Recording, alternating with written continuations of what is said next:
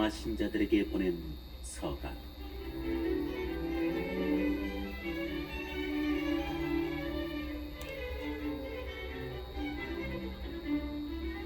(1장) 그리스도 예수님의 종으로서 사도로 부르심을 받고 하느님의 복음을 위하여 선택을 받은 바오로가 이 편지를 씁니다.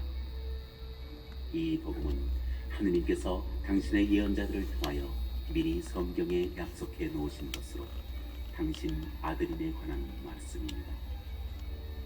그분께서는 육으로는 다윗의 후손으로 태어나셨고 거룩한 영으로는 죽은 이들 가운데에서 부활하시어 힘을 지니신 하느님의 아드님으로 확인되신 우리 주 예수 그리스도이십니다. 우리는 바로 그분을 통하여 사도직의 은총을 받았습니다. 이는 그분의 이름을 위하여 모든 민족들에게 믿음의 순종을 일깨우려는 것입니다. 여러분도 그들 가운데에서 부르심을 받고 예수 그리스도의 사람이 되었습니다. 성도로 부르심을 받은 이들로서 하느님께 사랑받는 로마의 모든 신자에게 인사합니다. 하느님 우리 아버지와 주 예수 그리스도에게서 은총과 평화가 여러분에게 내리기를 바랍니다.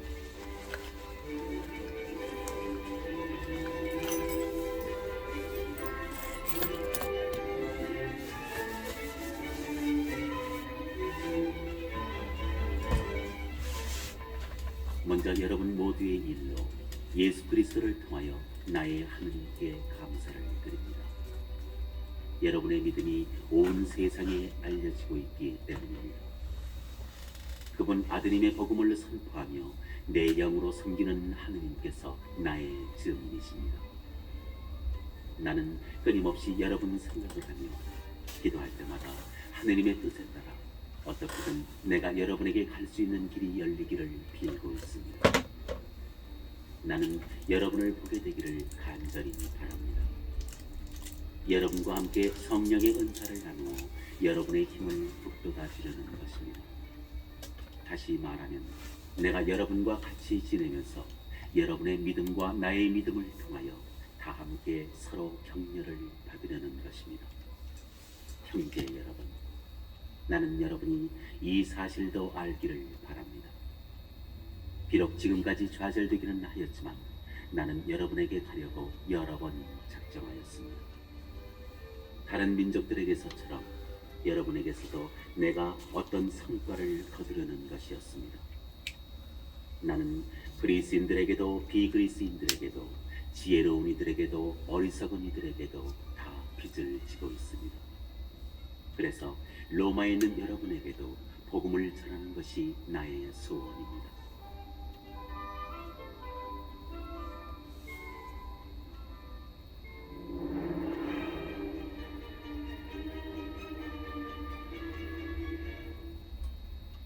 나는 복음을 부끄러워하지 않습니다.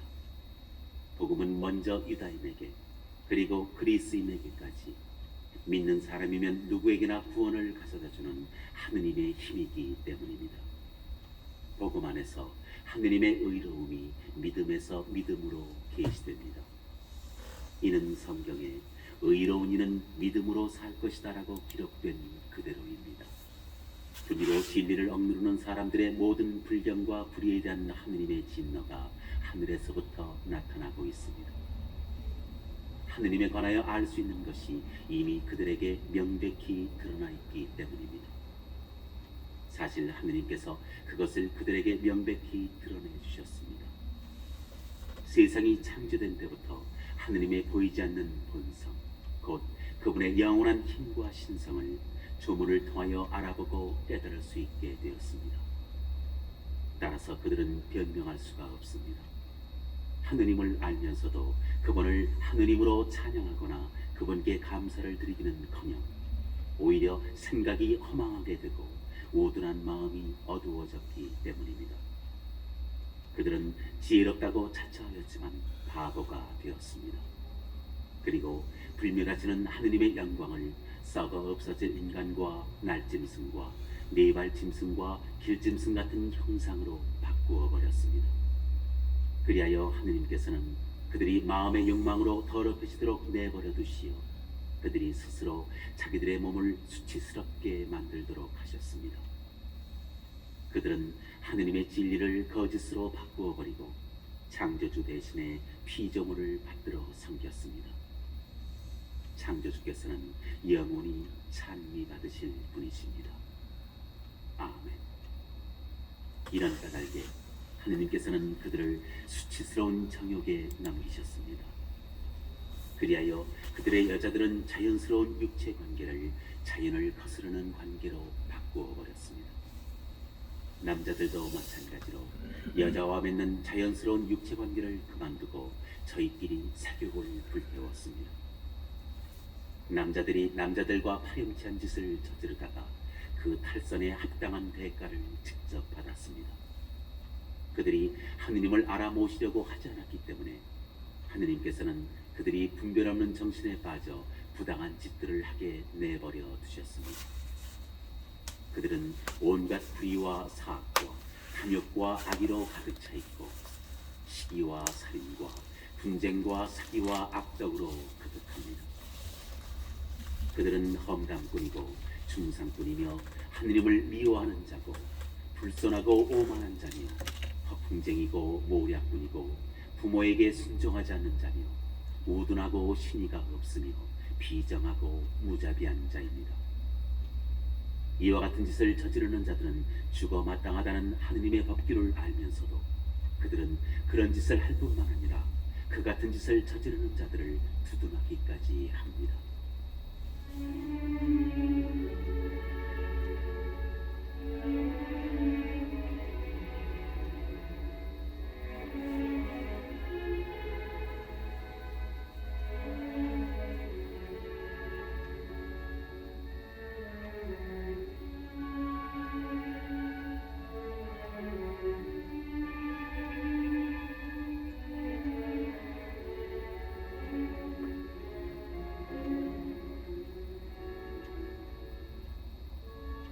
이 장. 그러므로 남을 심판하는 사람이여, 그대가 누구든 변명의 여지가 없습니다.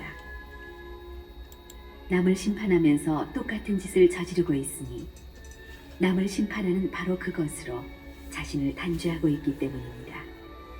우리는 그러한 짓을 저지르는 자들에게 내리는 하느님의 심판이 진리에 따른 것임을 알고 있습니다. 그러한 짓을 저지르는 자들을 심판하면서도 스스로 같은 짓을 하는 사람이여, 그대는 하느님의 심판을 모면할 수 있으리라고 생각합니까? 아니면 하느님의 그 큰 호의와 관용과 인내를 업신여기는 것입니까? 그분의 호의가 그대를 회개로 이끌려 한다는 것을 모릅니까? 그대는 회개할 줄 모르는 완고한 마음으로 하느님의 의로운 재판이 이루어지는 진노와 계시의 날에 그대에게 쏟아질 진노를 쌓고 있습니다. 하느님께서는 각자에게 그 행실대로 갚으실 것입니다. 꾸준히 선행을 하면서 영광과 명예와 불멸을 추구하는 이들에게는 영원한 생명을 주십니다. 그러나 이기심에 사로잡혀 진리를 거스르고 불의를 따르는 자들에게는 진노와 격분이 쏟아집니다. 먼저 유다인이 그리고 그리스인까지 악을 저지르는 자는 누구나 환난과 고통을 겪을 것입니다. 먼저 유다인에게 그리고 그리스인에게까지 선을 행하는 모든 이에게는 영광과 명예와 평화가 내릴 것입니다. 하느님께서는 사람을 차별하지 않으시기 때문입니다.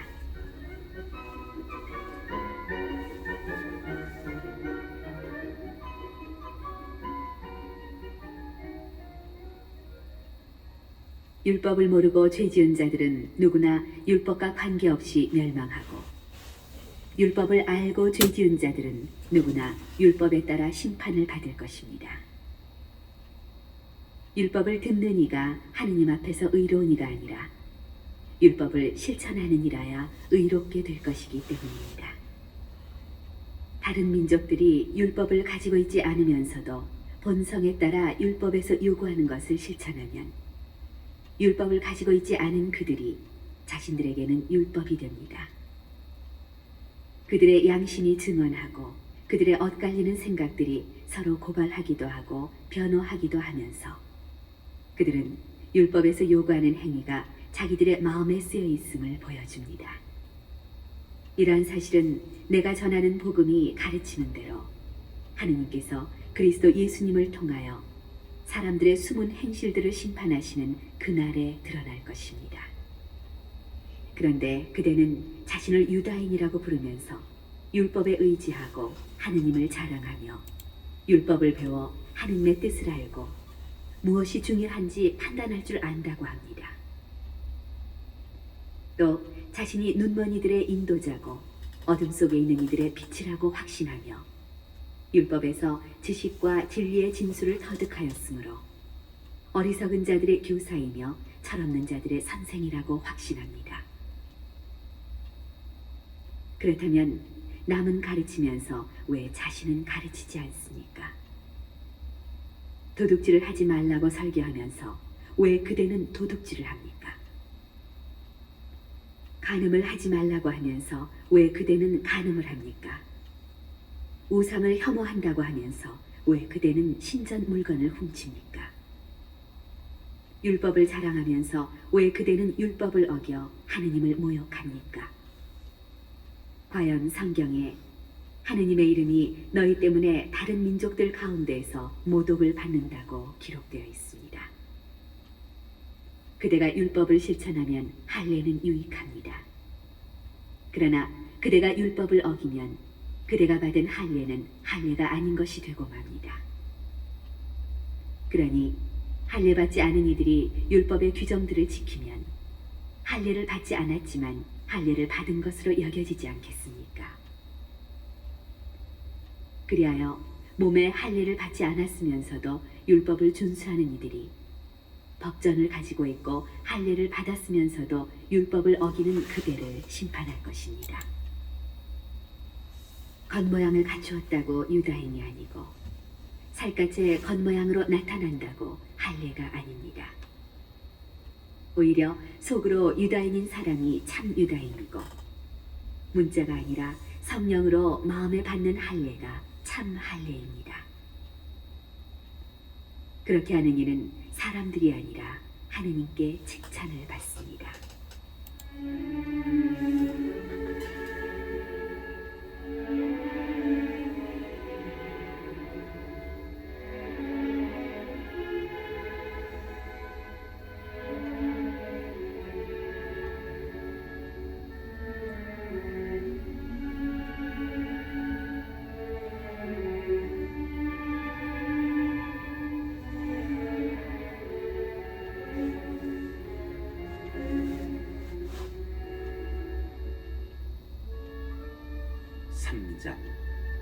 그렇다면 유다인으로서 더 이로운 점은 무엇입니까? 할례의 이점은 무엇입니까? 어느 모로 보나 많이 있습니다. 우선 하느님께서 당신의 말씀을 그들에게 맡기셨다는 것입니다. 그러면 그들 가운데 몇 사람이 불성실할 경우에는 어떻게 됩니까? 그들의 불성실함이 하느님의 성실하심을 무효로 만들어버린다는 말입니까? 결코 그렇지 않습니다. 당신께서 말씀하실 때 당신의 의로움이 드러나고 사람들이 당신께 재판을 걸면 당신께서 이기실 것입니다라고 성경에 기록되어 있듯이 사람은 모두 거짓말쟁이지만 하느님은 진실하신 분이시라는 것이 드러나야 합니다. 그런데 우리의 불의가 하느님의 의로움을 드러낸다면 무엇이라고 말해야 합니까? 인간의 방식으로 말해서 하느님께서는 진노를 내리심으로 불의하시다고 해야 합니까? 결코 그렇지 않습니다. 그래서야 하느님께서 어떻게 세상을 심판하실 수 있겠습니까? 나의 거짓으로 하느님의 진실하심이 더욱 돋보여 그분 영광의 보탬이 된다면 왜 내가 여전히 죄인으로 심판을 받아야 합니까? 더 나아가서 악을 행하여 선이 생기게 하자고 해야 하지 않겠습니까? 사실 어떤 자들은 우리가 그런 말을 한다면서 우리를 비방하고 있습니다. 그러나 그런 자들은 합당한 심판을 받을 것입니다.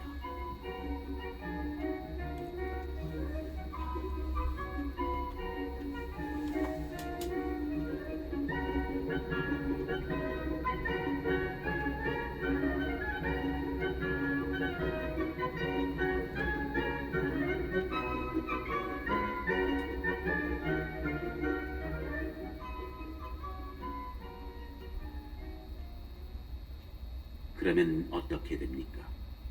우리가 유다인으로서 나은 점이 있습니까? 전혀 없습니다.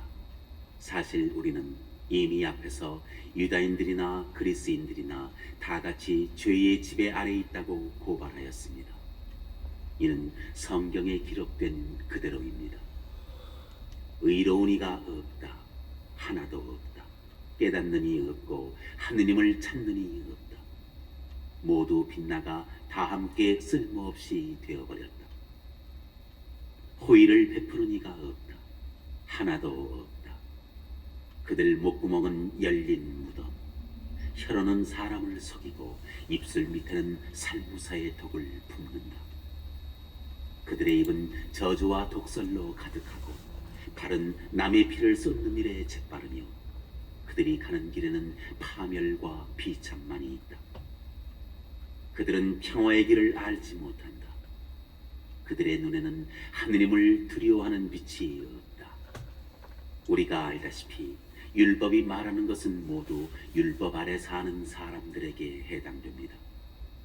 그래서 모든 입은 다물어지고 온 세상은 하느님 앞에 유죄임이 드러납니다. 어떠한 인간도 율법에 따른 행위로 하느님 앞에서 의롭게 되지 못하기 때문입니다. 율법을 통해서는 죄를 알게 될 따름입니다. 그러나 이제는 율법과 상관없이 하느님의 의로움이 나타났습니다. 이는 율법과 예언자들이 증언하는 것입니다. 예수 그리스도에 대한 믿음을 통하여 오는 하느님의 의로움은 믿는 모든 이를 위한 것입니다. 거기에는 아무 차별도 없습니다. 모든 사람이 죄를 지어 하느님의 영광을 잃었습니다. 그러나 그리스도 예수님 안에서 이루어진 성량을 통하여 그분의 은총으로 거저 의롭게 됩니다. 하느님께서는 예수님을 속죄의 제물로 내세우셨습니다. 예수님의 피로 이루어진 속죄는 믿음으로 얻어집니다. 사람들이 이전에 지은 죄들을 용서하시어 당신의 의로움을 보여주시려고 그리하신 것입니다. 이 죄들은 하느님께서 관용을 베푸실 때 저질러졌습니다. 지금 이 시대에는 하느님께서 당신의 의로움을 보여주시어 당신께서 의로우신 분이며 또 예수님을 믿는 이를 의롭게 하시는 분임을 드러내십니다. 그러니 자랑할 것이 어디 있습니까? 전혀 없습니다. 무슨 법으로 그리 되었습니까? 행위의 법입니까? 아닙니다. 믿음의 법입니다. 사실 사람은 율법에 따른 행위와 상관없이 믿음으로 의롭게 된다고 우리는 확신합니다. 하느님은 유다인들만의 하느님이십니까? 다른 민족들의 하느님은 아니십니까? 아닙니다. 다른 민족들의 하느님이시기도 합니다. 정녕 하느님은 한 분이십니다. 그분께서 할례 받은 이들도 믿음으로 의롭게 하시고 할례 받지 않은 이들도 믿음을 통하여 의롭게 해주실 것입니다. 그렇다면 우리가 믿음으로 율법을 무효가 되게 하는 것입니까? 결코 그렇지 않습니다. 오히려 율법을 굳게 세우자는 것입니다.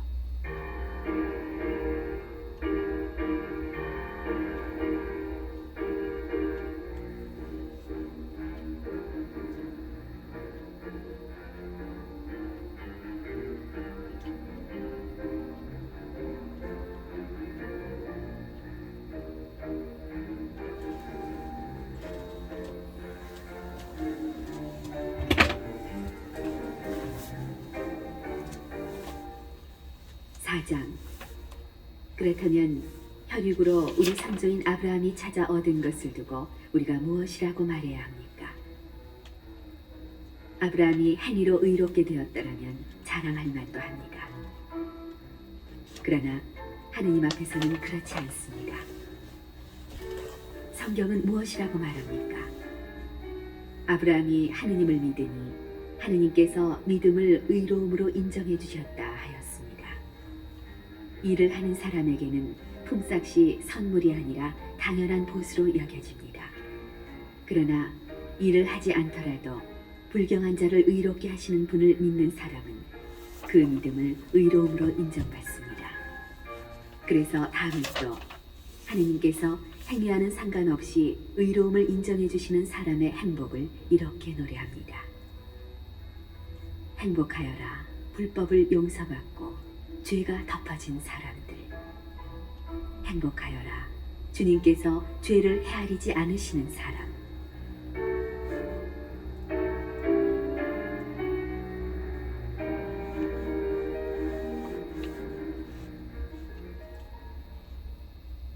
그렇다면 이 행복이 할례받은 이들에게만 해당됩니까?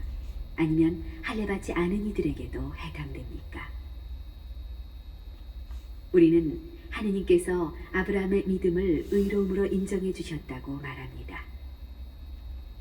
그러면 어떤 상황에서 그러한 인정을 받았습니까? 할례를 받은 다음입니까? 아니면 할례를 받지 않았을 때입니까? 할례 받은 다음이 아니라 할례 받지 않았을 때입니다. 그는 할례를 받지 않았을 때 믿음으로 얻은 의로움을 확증하는 것으로서 할례라는 표징을 받았습니다. 이는 그가 할례를 받지 않고도 믿는 모든 사람의 조상이 되어 그들도 의로움을 인정받게 하려는 것이었습니다. 또한 아브라함은 할례 받은 이들의 조상입니다. 그들은 할례를 받았을 뿐만 아니라 우리 조상 아브라함이 할례를 받지 않았을 때 걸어간 그 믿음의 발자취도 따라 걸었습니다. 세상의 상속자가 되리라는 약속은 율법을 통해서가 아니라 믿음으로 얻은 의로움을 통해서 아브라함과 그 후손들에게 주어졌습니다. 율법에 따라 사는 사람들이 상속자라면 믿음은 의미가 없어지고 약속은 무효가 됩니다. 율법은 진노를 자아내기 때문입니다. 율법이 없는 곳에는 범법도 없습니다. 그러한 까닭에 약속은 믿음에 따라 이루어지고 은총으로 주어집니다. 이는 약속이 모든 후손에게 곧 율법에 따라 사는 이들뿐만 아니라 아브라함이 보여준 믿음에 따라 사는 이들에게도 보장되게 하려는 것입니다. 아브라함은 우리 모두의 조상입니다. 그것은 성경에 내가 너를 많은 민족의 조상으로 만들었다라고 기록된 그대로입니다.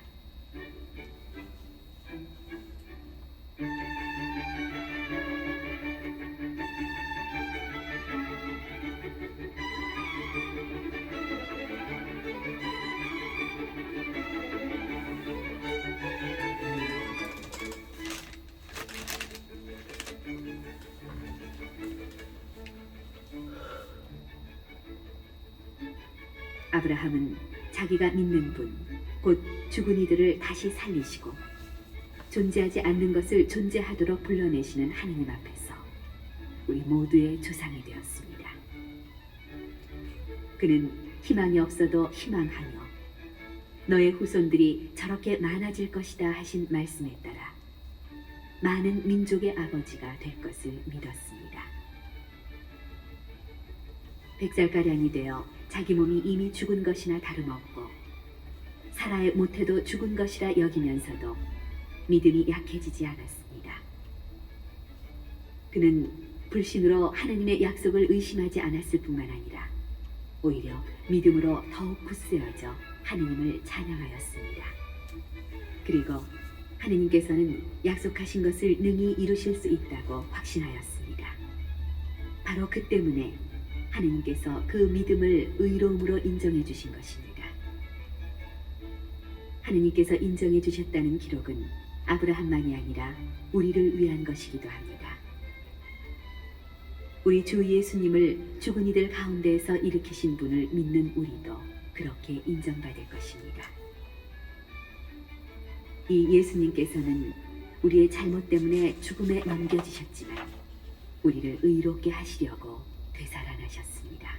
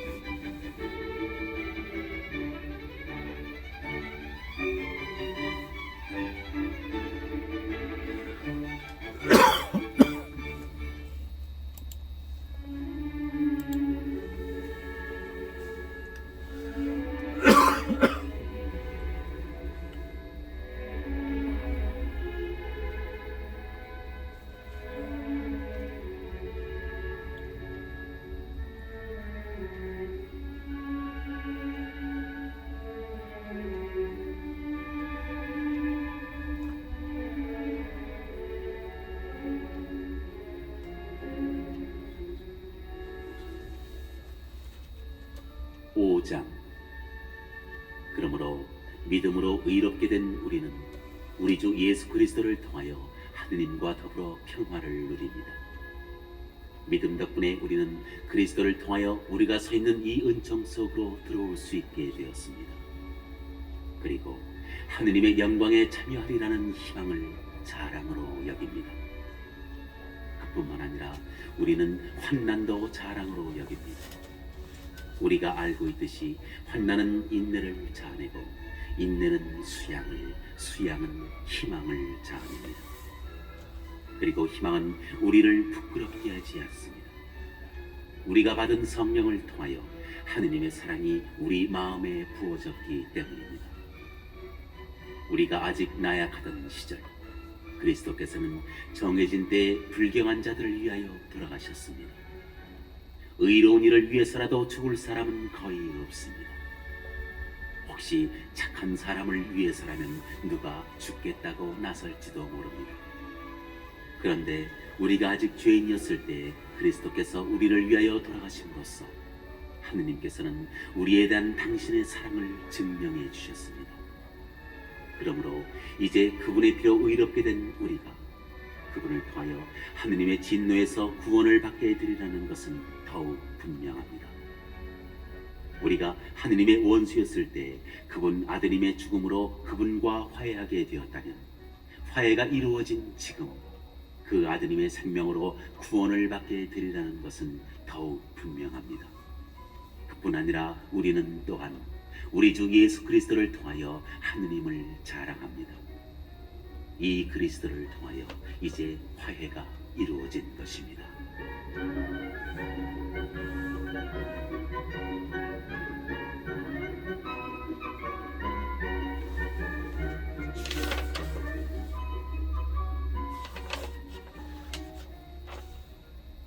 그러므로 한 사람을 통하여 죄가 세상에 들어왔고 죄를 통하여 죽음이 들어왔듯이 또한 이렇게 모두 죄를 지었으므로 모든 사람에게 죽음이 미치게 되었습니다.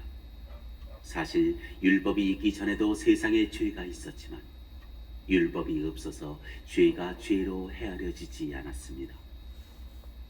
그러나 아담부터 모세까지는 아담의 범죄와 같은 방식으로 죄를 짓지 않은 자들까지도 죽음이 지배하였습니다. 아담은 장차 오실 분의 예형입니다. 그렇지만 은사의 경우는 범죄의 경우와 다릅니다. 사실 그 한 사람의 범죄로 많은 사람이 죽었지만 하느님의 은총과 예수 그리스도 한 사람의 은혜로운 선물은 많은 사람에게 충만히 내렸습니다. 그리고 이 선물의 경우도 그 한 사람이 죄를 지은 경우와는 다릅니다. 한 번의 범죄 뒤에 이루어진 심판은 유죄의 판결을 가져왔지만 많은 범죄 뒤에 이루어진 은사는 무죄의 선언을 가져왔습니다. 사실 그 한 사람의 범죄로 그 한 사람을 통하여 죽음이 지배하게 되었지만 은총과 의로움의 선물을 충만히 받은 이들은 예수 그리스도 한 분을 통하여 생명을 누리며 지배할 것입니다. 그러므로 한 사람의 범죄로 모든 사람이 유죄의 판결을 받았듯이 한 사람의 의로운 행위로 모든 사람이 의롭게 되어 생명을 받습니다. 한 사람의 불순종으로 많은 이가 죄인이 되었듯이 한 사람의 순종으로 많은 이가 의로운 사람이 될 것입니다. 율법이 들어와 범죄가 많아지게 하였습니다. 그러나 죄가 많아진 그곳에 은총이 충만히 내렸습니다. 이는 죄가 죽음으로 지배한 것처럼 은총이 우리 주 예수 그리스도를 통하여 영원한 생명을 가져다주는 의로움으로 지배하게 하려는 것입니다.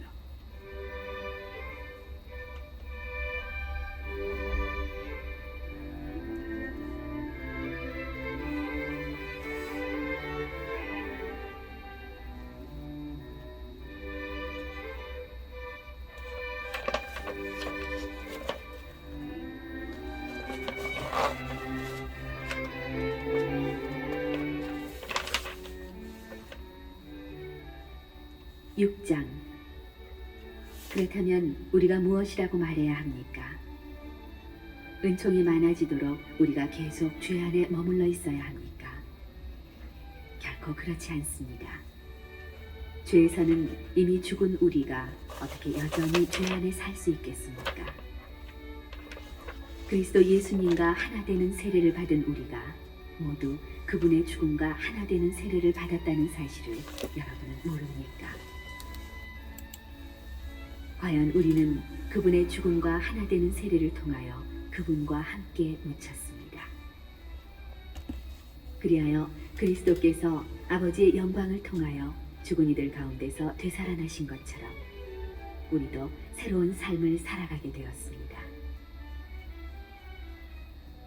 사실 우리가 그분처럼 죽어 그분과 결합되었다면 부활 때도 분명히 그리 될 것입니다. 우리는 압니다. 우리의 옛 인간이 그분과 함께 십자가에 못 박힘으로써 죄의 지배를 받는 몸이 소멸하여 우리가 더 이상 죄의 종노릇을 하지 않게 되었습니다. 죽은 사람은 죄에서 벗어나기 때문입니다. 그래서 우리가 그리스도와 함께 죽었으니 그분과 함께 살리라고 우리는 믿습니다.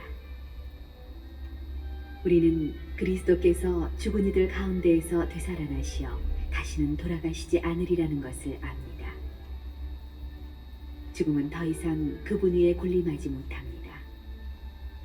그분께서 돌아가신 것은 죄와 관련하여 단 한 번 돌아가신 것이고 그분께서 사시는 것은 하느님을 위하여 사시는 것입니다. 이와 같이 여러분 자신도 죄에서는 죽었지만 그리스도 예수님 안에서 하느님을 위하여 살고 있다고 생각하십시오. 그러므로 죄가 여러분의 죽을 몸을 지배하여 여러분이 그 욕망에 순종하는 일이 없도록 하십시오.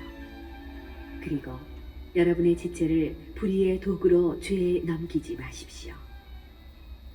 오히려 죽은 이들 가운데에서 살아난 사람으로서 자신을 하느님께 바치고 자기 지체를 의로움의 도구로 하느님께 바치십시오. 죄가 여러분 위에 군림할 수는 없습니다. 여러분은 율법 아래 있지 않고 은총 아래 있습니다.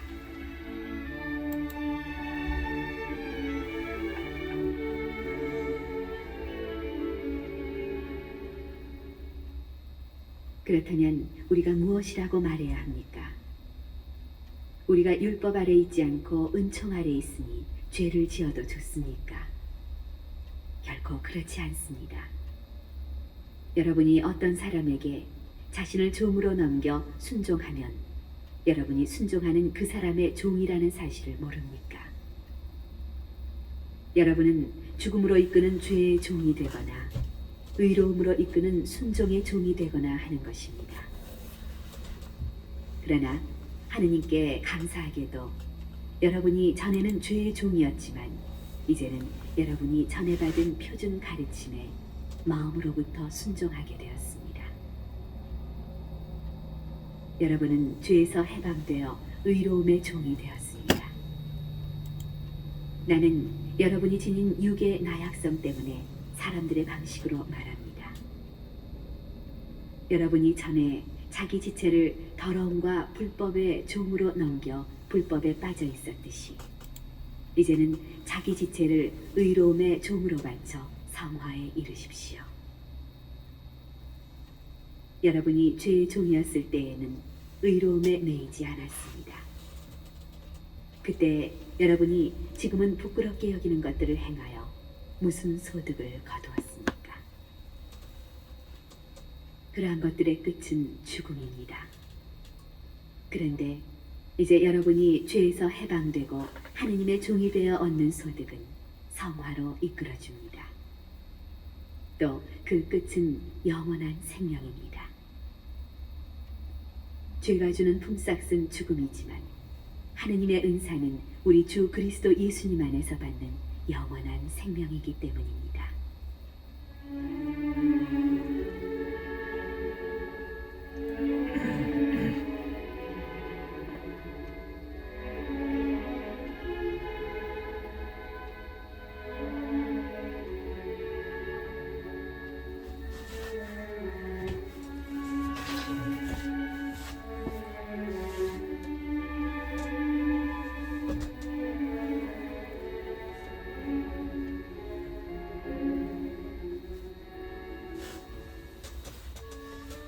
7장.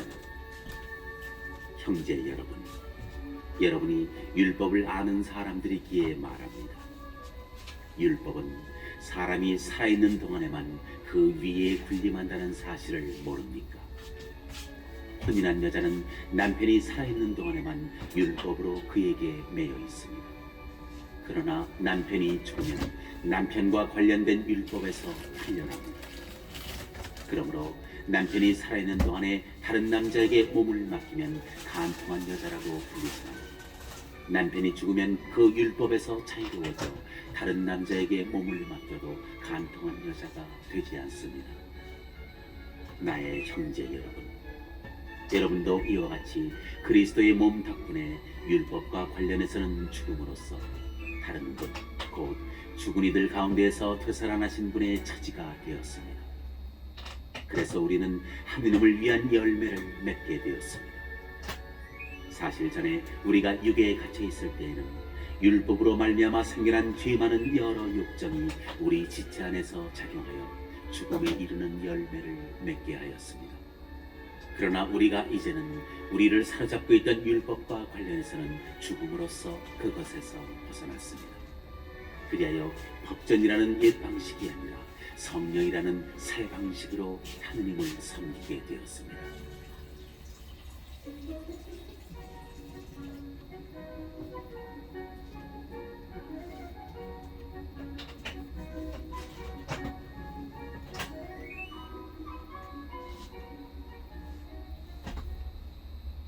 그렇다면 우리가 무엇이라고 말해야 합니까? 율법이 죄입니까? 결코 그렇지 않습니다. 그러나 율법이 없었다면 나는 죄를 몰랐을 것입니다. 율법에서 탐내서는 안 된다고 하지 않았으면 나는 탐욕을 알지 못하였을 것입니다. 이 계명을 빌미로 죄가 내 안에 온갖 탐욕을 일으켜 놓았습니다. 사실 율법과 상관이 없을 경우 죄는 죽은 것입니다. 전에는 내가 율법과 상관없이 살았습니다. 그러나 계명이 들어오자 죄는 살아나고 나는 죽었습니다. 그래서 생명으로 이끌어야 하는 계명이 나에게는 죽음으로 이끄는 것으로 드러났습니다. 죄가 계명을 빌미로 나를 속이고 또 그것으로 나를 죽인 것입니다. 그러나 율법은 거룩합니다. 계명도 거룩하고 의롭고 선한 것입니다. 그렇다면 그 선한 것이 나에게는 죽음이 되었다는 말입니까? 결코 그렇지 않습니다. 오히려 죄가 그 선한 것을 통하여 나에게 죽음을 가져왔습니다. 죄가 죄로 드러나게, 죄가 계명을 통하여 철저히 죄가 되게 하려는 것입니다. 우리가 알고 있듯이 율법은 영적인 것입니다. 그러나 나는 육적인 존재, 죄의 종으로 팔린 몸입니다. 나는 내가 하는 것을 이해하지 못합니다. 나는 내가 바라는 것을 하지 않고 오히려 내가 싫어하는 것을 합니다. 그런데 내가 바라지 않는 것을 한다면 이는 율법이 좋다는 사실을 내가 인정하는 것입니다. 그렇다면 이제 그런 일을 하는 것은 더 이상 내가 아니라 내 안에 자리 잡고 있는 죄입니다. 사실 내 안에 곧 내 육 안에 선이 자리 잡고 있지 않음을 나는 압니다. 나에게 원의가 있기는 하지만 그 좋은 것을 하지는 못합니다. 선을 바라면서도 하지 못하고 악을 바라지 않으면서도 그것을 하고 맙니다. 그래서 내가 바라지 않는 것을 하면 그 일을 하는 것은 더 이상 내가 아니라 내 안에 자리 잡은 죄입니다. 여기에서 나는 법칙을 발견합니다. 내가 좋은 것을 하기를 바라는데도 악이 바로 내 곁에 있다는 것입니다. 나의 내적 인간은 하느님의 법을 두고 기뻐합니다. 그러나 내 지체 안에는 다른 법이 있어 내 이성의 법과 대결하고 있음을 나는 봅니다. 그 다른 법이 나를 내 지체 안에 있는 죄의 법에 사로잡히게 합니다. 나는 과연 비참한 인간입니다. 누가 이 죽음에 빠진 몸에서 나를 구해줄 수 있습니까? 우리 주 예수 그리스도를 통하여 나를 구해주신 하느님께 감사드립니다. 이렇게 나 자신이 이성으로는 하느님의 법을 섬기지만 육으로는 죄의 법을 섬깁니다.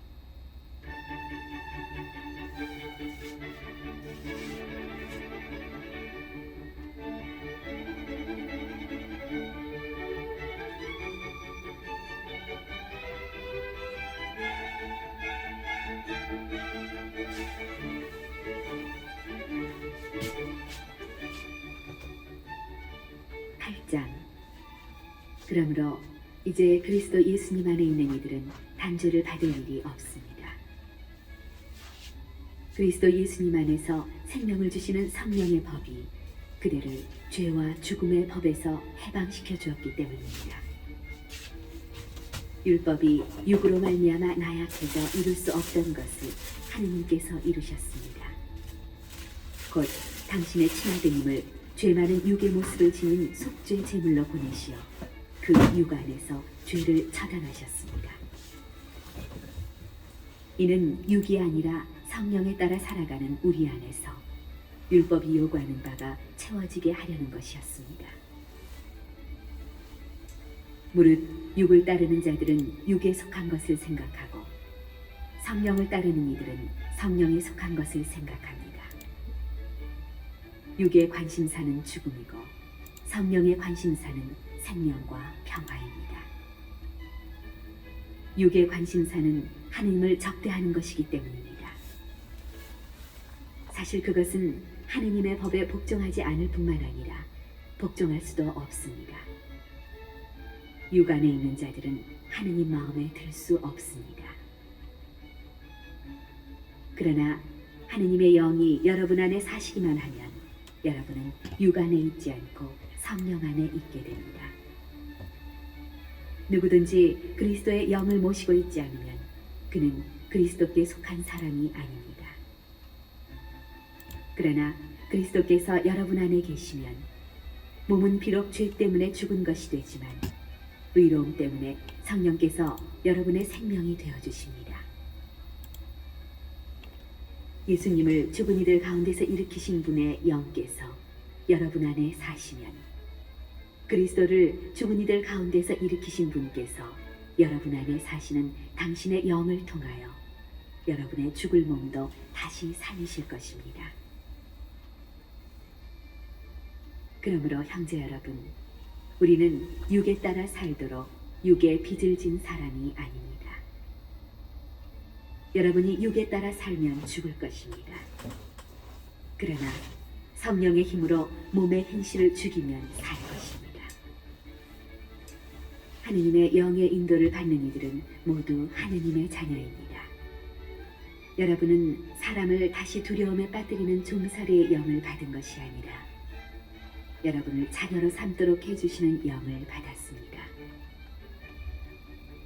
이 성령의 힘으로 우리가 아빠, 아버지 하고 외치는 것입니다.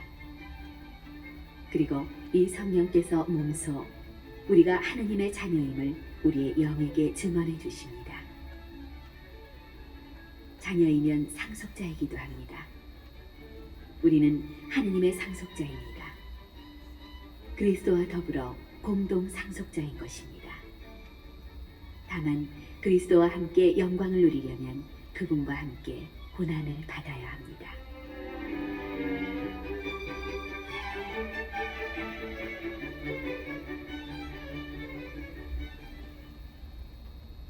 장차 우리에게 계시될 영광에 견주면 지금 이 시대에 우리가 겪는 고난은 아무것도 아니라고 생각합니다.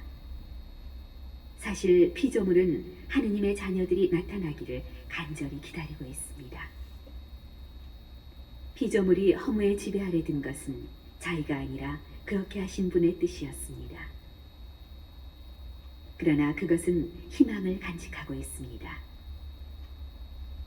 피조물도 멸망의 종살이에서 해방되어 하느님의 자녀들이 누리는 영광의 자유를 얻을 것입니다. 우리는 모든 피조물이 지금까지 다 함께 탄식하며 진통을 겪고 있음을 알고 있습니다.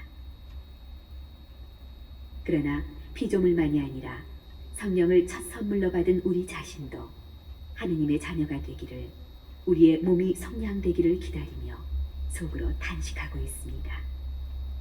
사실 우리는 희망으로 구원을 받았습니다. 보이는 것을 희망하는 것은 희망이 아닙니다. 보이는 것을 누가 희망합니까? 우리는 보이지 않는 것을 희망하기에 인내심을 가지고 기다립니다. 이와 같이 성령께서도 나약한 우리를 도와주십니다. 우리는 올바른 방식으로 기도할 줄 모르지만 성령께서 몸소 말로 다 할 수 없이 탄식하시며 우리를 대신하여 간구해 주십니다. 마음속까지 살펴보시는 분께서는 이러한 성령의 생각이 무엇인지 아십니다.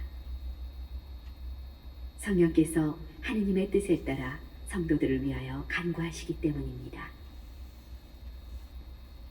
하느님을 사랑하는 이들, 그분의 계획에 따라 부르심을 받은 이들에게는 모든 것이 함께 작용하여 선을 이룬다는 것을 우리는 압니다. 하느님께서는 미리 뽑으신 이들을 당신의 아드님과 같은 모상이 되도록 미리 정하셨습니다. 그리하여 그 아드님께서 많은 형제 가운데 맞이가 되게 하셨습니다. 그렇게 미리 정하신 이들을 또한 부르셨고, 부르신 이들을 또한 의롭게 하셨으며, 의롭게 하신 이들을 또한 영광스럽게 해주셨습니다.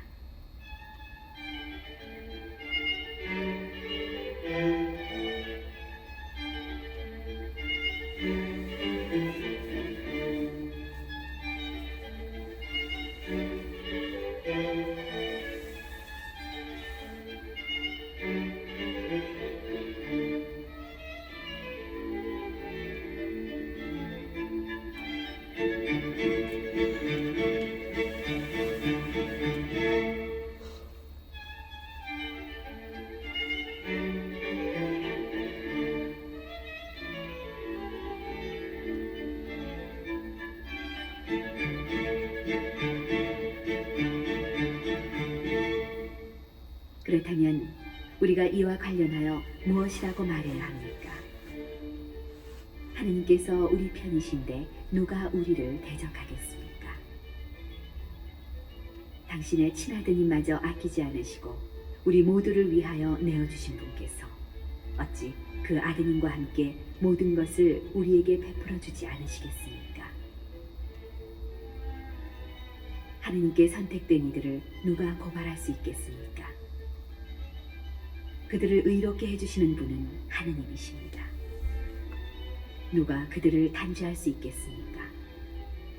돌아가셨다가 참으로 되살아나신 분, 또 하느님의 오른쪽에 앉아 계신 분, 그리고 우리를 위하여 간구해 주시는 분이 바로 그리스도 예수님이십니다.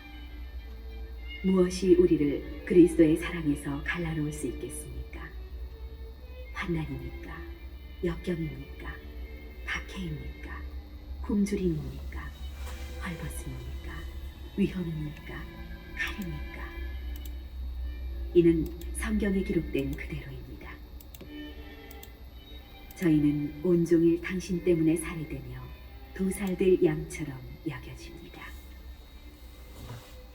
그러나 우리는 우리를 사랑해 주신 분의 도움에 힘입어 이 모든 것을 이겨내고도 남습니다. 나는 확신합니다. 죽음도 삶도 천사도 권세도 현재의 것도 미래의 것도 권능도 저 높은 곳도 저 깊은 곳도 그 밖에 어떠한 피조물도 우리 주 그리스도 예수님에게서 드러난 하느님의 사랑에서 우리를 떼어놓을 수 없습니다.